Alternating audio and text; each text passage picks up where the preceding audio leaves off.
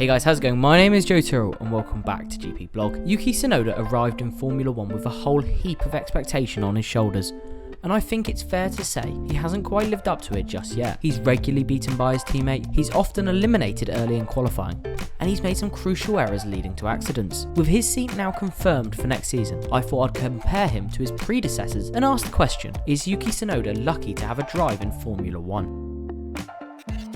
Tsunoda joined AlphaTauri after just one season in Formula 2, so he's clearly super talented. He came third in the championship behind Mick Schumacher and Callum Ilott. The former was always destined to take the F2 crown last year and was a deserving winner, but Tsunoda caught the eye just as much, with plenty of guile and some brilliant racing. He seemed a clear upgrade on Daniel Kvyat, who appeared to have gone a bit stale and maybe needed a fresh start. Tsunoda was confirmed for 2021, but it hasn't been plain sailing since. Crashes, poor results, and struggles to adapt to the top tier have made for an underwhelming debut season, and this is only amplified by the fact that Pierre Gasly is so supreme in the AlphaTauri car. Before we get into why I think Tsunoda might be lucky to still have a seat, if you're new around here, or simply haven't subscribed yet, hit the buttons down below so you stay up to date with our latest content. Let's get into it. A few weeks ago, I predicted that Tsunoda would be looking for a drive elsewhere, with Red Bull and AlphaTauri tired of his form. Now that hasn't happened, and he's got a seat for next year, but I think he's incredibly lucky. There's always so much talk around the second driver at Red Bull alongside Max Verstappen, but in my opinion, the talk should be around Yuki Tsunoda, yet we hear next to nothing in regards to criticism or speculation in regards to his place in the AlphaTauri lineup. One man who is never afraid to make his feelings clear is Helmut Marko. Now I'm not Dr. Marko's biggest fan, and normally he's more than happy to dig out any driver other than the Red Bull Golden Boy. In the past, he's criticised Alex Alban for incidents which weren't even his fault, and even as recently as Spa,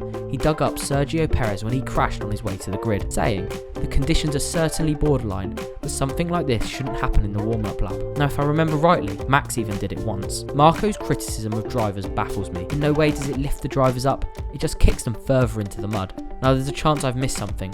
I don't read everything he says, but I've never seen him bash Tsunoda like he has other drivers in the past. The Japanese driver appears to be in Verstappen's special club, which makes him exempt from Marko's wrath. Now from what I understand, which is very little in the grand scheme of things, Marko was a big fan of Tsunoda and was instrumental in helping the Japanese driver, the first since Kamui Kobayashi, make the step up to the pinnacle of motorsport. And in previous interviews, Tsunoda himself has praised the role of Marko. So in that respect, it is understanding that the Austrian is keeping tight-lipped when it comes to the driver. However, it makes comments he's made about previous drivers in the past even more harsh when you consider their form was arguably better. Now it's only fair we look at the numbers and see how he fares against drivers he's replaced or is up against now. First up, we've got Tsunoda versus Alex Alban. We've got Alban's first 13 races at AlphaTauri's and compared them to Tsunoda's. Alban's displays were eye-catching and earned him a promotion.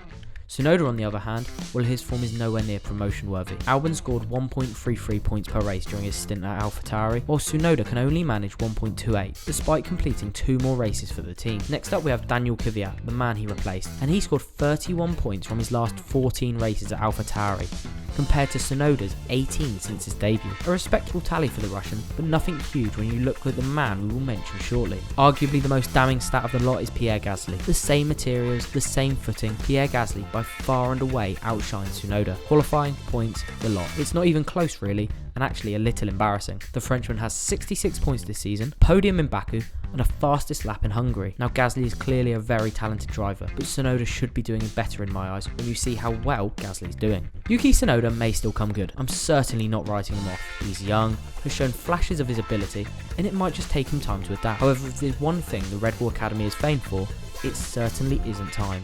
So Tsunoda will be in F1 next season, but he'll need to start delivering, else he could be the next casualty of the Red Bull Driver Academy. Do you think Tsunoda's lucky to have a seat in F1? We want to hear from you.